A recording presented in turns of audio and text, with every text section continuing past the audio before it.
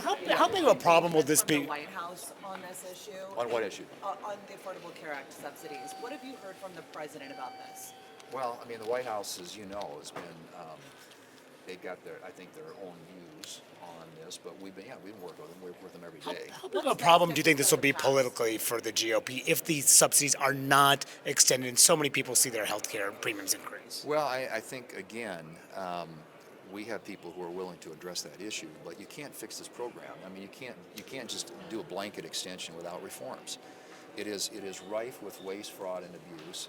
It's been driving up insurance premiums for people in this country at 3 times the rate of inflation, and so you've got to have some reforms to make this work. And we've got people who are willing to work with Democrats to see that happens. But it can't happen if you just go out and say, we're going to do a blanket extension. We're not going to look at reforming the program to make it more affordable. I mean, you want to talk about affordability? The most unaffordable health insurance premiums in the country are in the Obamacare exchanges. Anybody who gets their insurance any other place in the group market, small group, large group, employer-provided health insurance is paying about half in terms of premium increases of what the people in the exchanges are paying. So it's not a sustainable model. They know it. But I think, honestly, I think these guys are more interested in having a political issue than they are in having a solution. But with both of these plans expected to fail today, what is your message to those more than 20 million Americans worried that their premiums are going to skyrocket? Well, look, I think that in the individual marketplace, if I was in that, I would say, would you please work with the Republicans to fix this and to quit giving money to the insurance companies and to give it to the American people? And, and probably about, I don't know how many million it is, but millions of people in the Obamacare exchanges don't even know they have coverage. Can the Senate, Because they're not paying anything for it. can the Should Senate they resign really? themselves to the fact that premiums will It's soar? already subsidized, and that's going to continue to be the case for people on the lower income level. This program was designed for people anywhere under 400% of poverty. Now the Democrats have taken the caps off that, so people making $500,000 or $600,000 a year can get subsidies in the marketplace paid for by people who are making $40,000 or $50,000 a year. It's just this is a failed, flawed program. It needs to be fixed, and the Democrats have no interest in fixing it. Can the Senate though leave for recess without dealing with this program? Can the Senate really afford to do that? Leave Look, for I think Christmas? the Senate is doing what we can to fix this, and the bill that we will vote on the floor today, according to the Congressional Budget Office, will reduce premiums in this marketplace by double digit. So you can vote for something that continues to increase premiums, which is just an extension of what the Democrats are doing, or actually vote for something that reduces premiums and puts the power and the money back in the hands of the American people and not in the pockets of the insurance companies.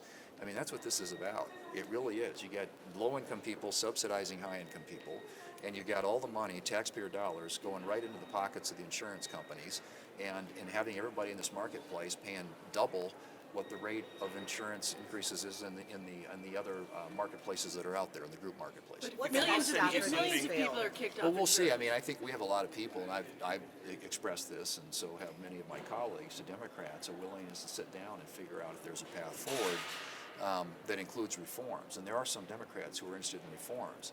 But I think what the Democrat leadership has insisted that whoever wants to do real reforms stand down and allow them to get this political issue. Why not give the Collins plan a vote? Why not give the Collins plan a People vote? lose their health insurance. What's If that? millions of people lose their health insurance, won't that increase premiums for everybody? Well, I don't. It's not going to increase premiums in the marketplace for most people who get their insurance. About 150 million Americans get theirs in the group marketplace, the employer-provided insurance. Another 140 million are on Medicare and Medicaid. And then you've got this about 6 to 7% of the people, 23 to 24 million Americans who get their insurance in the individual marketplace, most of whom are going to continue to be covered because the 400% and poverty level and under is the base Obamacare program, which continues. What we're talking about here, the people above the 400,000 or the 400% of poverty level, more affluent people. And yes, they're going to be impacted. And yes, we have people in our conference who want to do something about that, who are committed to try and fix that, but want to fix it in a way that actually drives insurance costs down, not continuing to see them escalate. I mean, these premiums in this marketplace have skyrocketed. Just look at the data. I mean, this is a program which subsidizes insurance companies, in which many people who have insurance don't even know they're covered, because insurance companies are incentivized to auto-enroll it. and you've got people with, making $500,000 or $600,000 a year that are getting subsidies from the federal government. Tell me, in what kind of a world does that sort of a business model work for the average American who's just out there trying to get by? So, yeah, we are very interested in driving down premiums. Our bill that we'll have on the floor today will do that. If the Democrats vote it down, if they want to sit down with members on our side who have an interest in actually solving the problem and not scoring political points, then I think those conversations can be held. Do you support the Collins-Marino plan? Do you support the Collins-Marino plan, the 2-year extension? We've got 4 or 5 proposals out there, including Collins and Marino. Will you put that on the floor? That I think merit consideration. Well, the bill we're going to vote on today is Cassidy Craven. Would you consider a House discharge bill? Do you expect any Republicans to vote for the Democrat bill?